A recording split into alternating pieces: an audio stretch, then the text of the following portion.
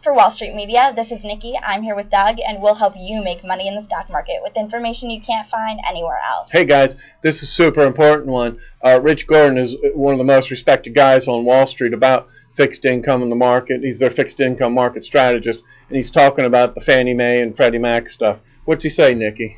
Rich Gordon, fixed income market strategist of Wachovia, WB, discussed the U.S. Treasury move of Fannie and Freddie into the conservatorship, in which the Treasury will own almost 80% of the GSEs, and no dividends will be allowed for existing common and preferred shares. Yeah, I think the common guys get wiped out.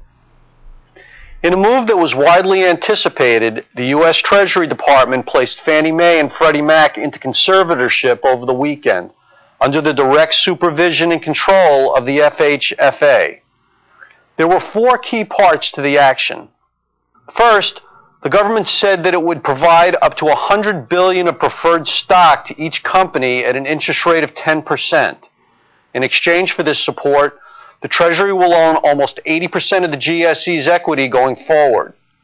No dividends will be allowed for the existing common and preferred shares.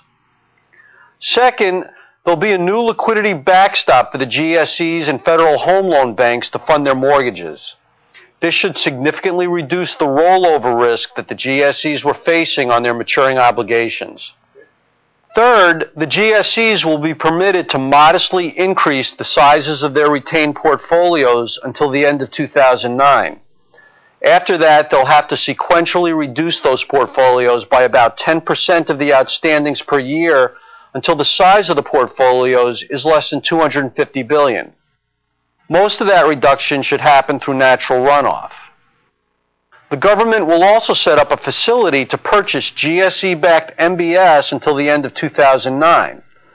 This portfolio will be externally managed by several money management firms, still to be determined. Stock markets worldwide rallied sharply on Monday after the announcement, and credit spreads generally tightened. The announcement was a huge boost for the banking sector. It rallied by 12% on Friday and Monday.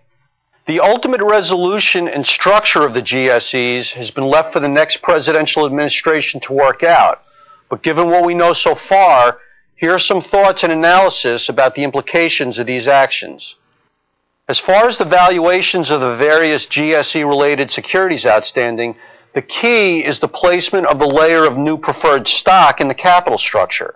It goes ahead of existing preferred and common shareholders and behind subordinated and senior securities holders, so the existing shareholders will bear the cost of the credit losses first. The combined mortgage exposure of the GSEs is a little more than $5 trillion, and they have an existing combined capital base of roughly $80 billion. This means that without any new money from the government, the existing capital base could have absorbed about 1.5 points of portfolio losses. Given the GSE's exposure to Alt-A mortgages and 06-07 originated paper, I think it's fair to assume that their cumulative credit losses would have exceeded the amount of capital they had. Also, the dividends on the existing preferred and common shares have been eliminated, so there isn't even an IO value to the securities. So it seems to me that the existing common and preferred shares have very little, if any, value. On the flip side, the GSE debentures, both senior and subordinated, and the mortgage-backed securities benefit from the proposal. The government's intervention appears to ensure that these securities return par to the bondholders. Conventional mortgage spreads have been tightening over the course of the past month, and particularly over the past several days. But it's sobering to note that after a year of aggressive fiscal and monetary intervention from the government to address the housing downturn, the 30-year conventional commitment rate is still above 5 3/4.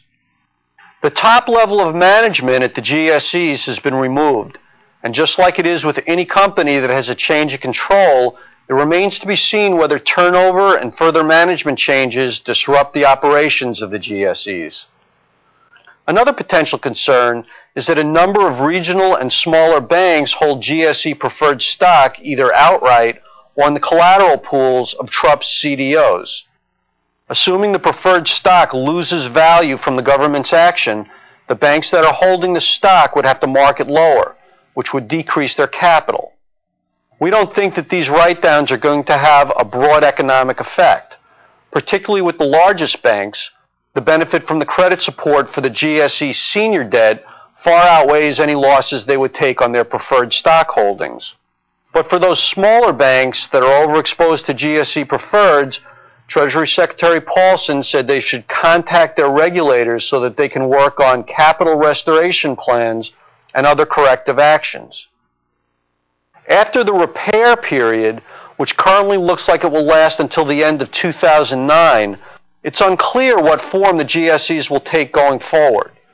It's hard for me to imagine a scenario where they have much going concern value. The fact that the government has elected to have its MBS exposure from the purchase facility managed by external money managers rather than the GSEs themselves speaks volumes.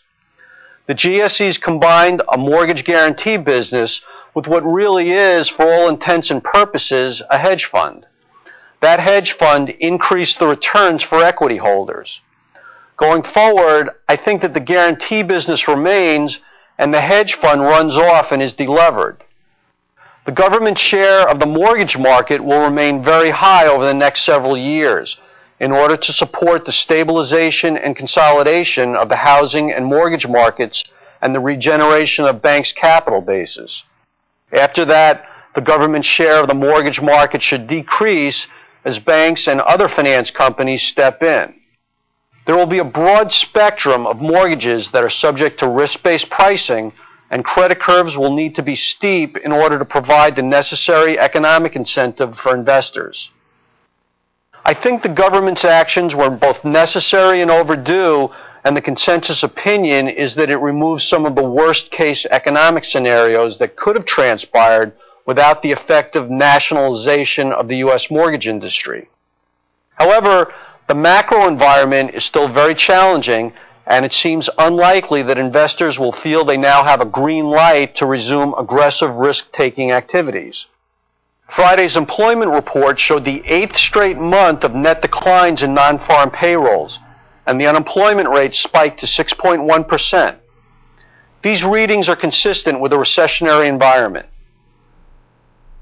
Guys, they're a mess that should have been stopped years ago, right?